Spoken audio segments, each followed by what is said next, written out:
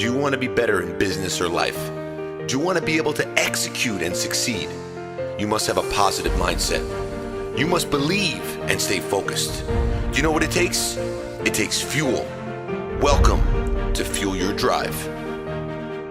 Welcome to Fuel Your Drive. I am your host, Josh York, and today we have a very special guest, actually a great friend of mine, someone who's a top fitness expert, owner of Drive Health Clubs. Let me tell you, not only is this man a certified stud in my book, he has a client roster of people like Ryan Reynolds, Blake Lively, Sebastian Stan, David Harbour, and many more. He also serves as a brand ambassador for some of the top tier health brands out there.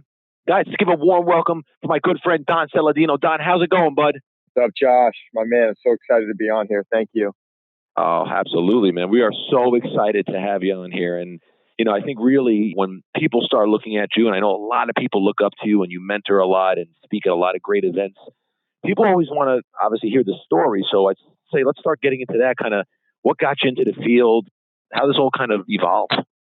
Yeah, and you know what? Not to try and give you like the 2-minute pitch because I don't want to bore everyone, but you know, I was a college athlete, played Division I baseball, was starting to think about what my next steps were when I realized and I wanted to get into fitness. Got a job at a big box gym, worked there for about a year, broke off, started my own personal training business, was training like 40 to 60 1-hour sessions a week for about 5 years, got funding to open Drive 495, 15,000 square foot fitness club in about 2005. Started as a golf fitness club, started landing a lot of celebrity clients, getting them ready for the big screen, realized there was a lot more money to be made there and obviously enjoyed it a lot. So kind of pivoted my business, still have the golf portion of the business, but golf portion of the business, but I think the superhero training, all that stuff was a lot of fun. So I then did another raise, launched a company called Driven Apps, where I developed an app company, did apps with like Dwayne Wade, Adrian Peterson, Ernie Els. They went to number one in the App Store in 2 of the categories, sitting there like raking in the money, sitting there laughing, going, wow, it can't be this easy. And then realized it wasn't, and ended up exiting the app business. And it just wasn't the finish that I planned, but had a really big learning curve there and realized that we were jumping into this digital era, but it really came down to engagement. It didn't matter if you had the NFL MVP or an NBA champion. You know, we launched the app a day after the Heat won. All the time it was perfect. So it wasn't about what athletes that you would have or what celebs or stars that you'd have. It really came down to engagement and making people feel, you know, important, making them feel special. And that's kind of when my whole digital, I would say after Driven is when my digital career really kind of started taking off, and did another app company, really kind of dancing around the digital space now, enjoying it a lot, you know, still stay connected and train some celebs for big roles. But that's something I've always enjoyed doing. And I like taking on projects. And you know, right now it's been 14 years with Drive and got a lot of cool, fun things ahead of me. Oh, that's great, Don. That's great. Congratulations on your success. But, you know, I think from an outsider, people want to know, like, who was the first real celebrity you started training? What was that like, that first session? Were you nervous? Did you need to get yourself motivated? Like, you know, No. You and I are pretty, walk me through that a little bit. Yeah, I mean, listen, so my first guy was Hugh Jackman. I got him ready for Wolverine in Australia. That was about 12 years ago. And no, I wasn't nervous. It was what I love to do. And then when here's getting up in concert or performers or major league players, when they get up to bat where they do what they've been doing for so long, there's really no nervousness because they just do them and they just kind of get up there and swing the bat or they sing or they do what they're so comfortable with doing. So for me, it wasn't, you know, I'm training a celebrity. For me, it was a man who had to get ready for a role, and we were pivoting from A Boy from Oz, which was a Broadway show that I think he was 175 pounds for, and we had to go into this role of Wolverine, where we had to create this monster in about 8 or 9 months. And we did that through training and rest and nutrition and recovery, and then, you know, and all those things that obviously exist are even more important today. So, you know, it started with him, and I think because I focused so much on him and made it all about him, that's why my career took off. You know, I wasn't interested back then in social media. I wasn't interested in notoriety or being in publications. I mean, he almost had to push me to do specific things behind my back, which is why he's such a great guy. But you make it about them, and afterwards you get to, you know, reap the benefits of seeing your person up on the big screen and watch them perform. And, you know, I never look at it as something I created. They're the one who has to do all the work, but it's nice to know that you have your fingerprint in that just a little bit. That's great. Something you touched on that's really important that I really speak very highly about is, he pushed you kind of like to do things that you didn't want to do. And, I always talk about evolving because evolving is very important. And I always say, if you don't evolve, you die. And I like to use the example of Blockbuster and Netflix. So for you, obviously, you have to continue getting better because obviously, you have extreme success, both obviously on the training side, the business side. So what are some things that you've done, though, that you pushed yourself out of your limits to really get out there? Because I'll tell you, Don's got a great social media platform. You can check him out. And, towards the end, we'll kind of share where you can kind of see him. But he does great things, real engagement, funny stuff. I laugh at a lot of the stuff. I love it. But, like, what are things that you've done to kind of push yourself to get out there more? Because I feel like a lot of people don't have that confidence. And I always like to say, just like Nike says, you just have to do it. So, like, what are some of those things for you? First off, never forget where you came from. So I've always been a coach, and training is what people come to me for. And just today, a celebrity, reached out to me last week. A huge name in Hollywood reached out to me. So you got to stay on top of your game, and you got to evolve with coaching. You got to evolve with, training and programs. And how do you get someone from point A to point B? How do you make it easier? How do you make it better? How do you make the experience better? I see a lot of coaches just they know what works for them, or I especially see it with a lot of bodybuilders or competitors, and like, well, that's what works for me. And I'm thinking to myself, well, no, that's all that you're exposed to. That's all that works for you, So yeah, you train, you look great, but your body's killing you. So a lot of these guys and women, they never evolve. They never take courses. They never hire people during the year that they can learn from. I hired a guy to come in and teach us the Bulgarian bag, which is a tool that I'm not going to use a lot, but I wanted to learn about. So he's been coming in, he's been teaching us about it. I've been looking at the way he coaches, his perspective of it, a couple of movements that I like to do. It's never something where I've got this ego of, oh, well, I know more than him. Regardless, it's not important. There's an area that he knows more than me on. So I want to learn from him. So that's number one, is always kind of honing in your craft. Step two is you really got to step back and you got to look at the areas of your life, your business that you want to improve on. And this is another big mistake. People try and do it all, and they try and become the jack of all trades. And I know, especially in business, could I do sales at my club? Absolutely. Could I do maintenance at my club? Absolutely. Could I do training at my club? Absolutely. It gets to a point where you just can't scale if you try and do all these things on your own, and you're never going to be able to, I think, be optimal in each category. So you got to go hire people in areas that they might even be better than you on.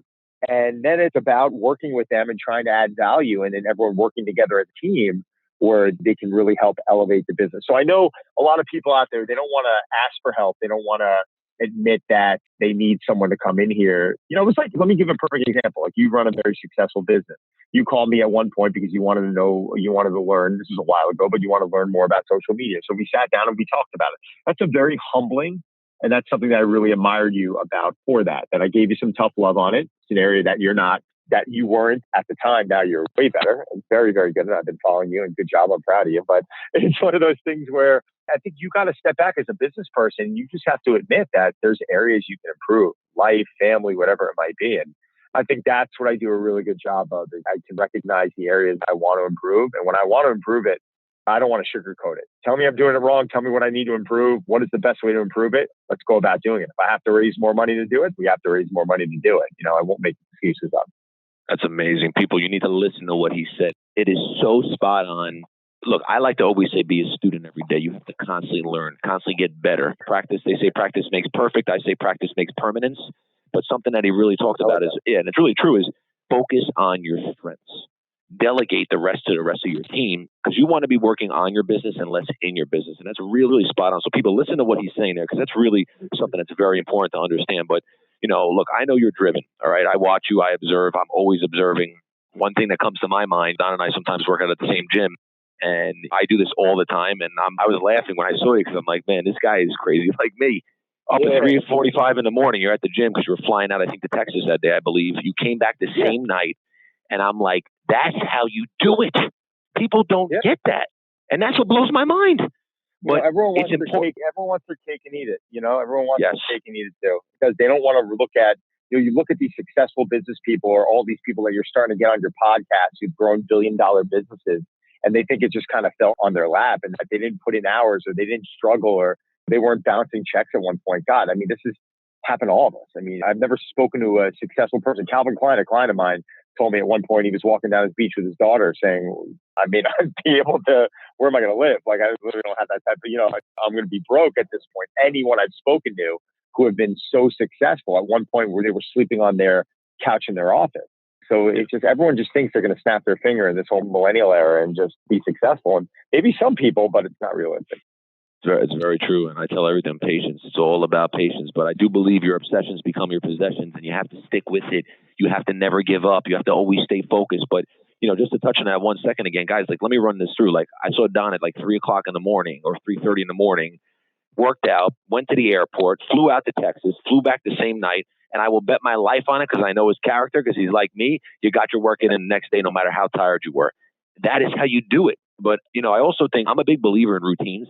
Like, I tell people you could literally hire a sniper to sit outside my window and it will get me every single day because I'm so routine on timing. Like, how important is routines to you, Don? It is. From the moment I go to bed the night before, my routine starts. My routine, I always say, it never starts the day of. It always starts the night before. So my routine is about the meals that I'm prepping. Because if they're not prepped, or my wife's been helping me out with a prep, God bless her. But if they're not put in the specific area or the specific spot, even in the fridge, they're lined up in a certain area, it's just to make my next day that much more easy and mindless. My car keys are in the same spot. My clothes are laid out. Like, I've got my morning routine. If I'm in a car service at 5 a.m., by the time I get in the car, I already did breathing. I stretched a little bit. I ate. I showered. I've went through my routine. I packed my bag and I'm off. And then my day starts. And then, everything's calculated, man. It really is. Like, I know my schedule. Things get thrown out of me. But I know when I'm having my meals today. I'm prepared for that. And people don't want to do that. And it's just funny. I look at a lot of fitness people who are the best example I can give. I like using fitness as an example. And I'll look at these bodybuilders that are so regimented with everything they've done in their life that comes to their body and their health and wellness, or whatever you want to call it. But they'll complain to me about money. They'll complain to me about finances or the next step. And I say, guys, what's your routine with your fitness regimen? And they go and they list it like there's some ninja. Everything's just like, you're looking at this guy going, Jesus, this is insane. And I'm like, well, kind of measure your finances. What's your business plan for the next year, 2 years, 5 years? What's your exit strategy? Start at the finish. Like, what's your plan? And like, I don't know. I'm like, fitness is like business. It's, you set a goal in mind. All right. You lay out a workout plan for, say, the next 2 or 3 months or whatever it is. And then you go in there every day and you focus on the day. If someone has a bride, they go in, they try and crush that workout. They try and get as much rest as possible. They try and eat the best of their ability, supplement, do what they have to do. And then they go to bed, they wake up the next day, and it's repeat. They're not sitting there obsessing, I got to gain 50 pounds. I got to get 50 pounds. At least not the really successful ones. It'd be like me going to bed every night saying, I got to have 20 million bucks in my bank account by the end of the year. And I'm obsessing about it every day. And I'm not going to get there because I'm so obsessed with the end goal that's taking my focus away from what I need to do every day to get there. It's like you see people who all in their head, all they're infatuated with is a number. I got to lose 30 pounds, and they're obsessing over it, and they're weighing themselves every day, and it's this yo-yo effect.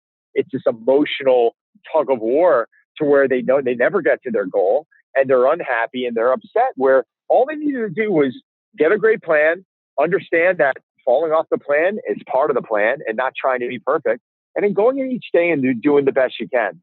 And going in with a positive outlook and trying to execute and falling off and executing again. And that's what I tell my clients.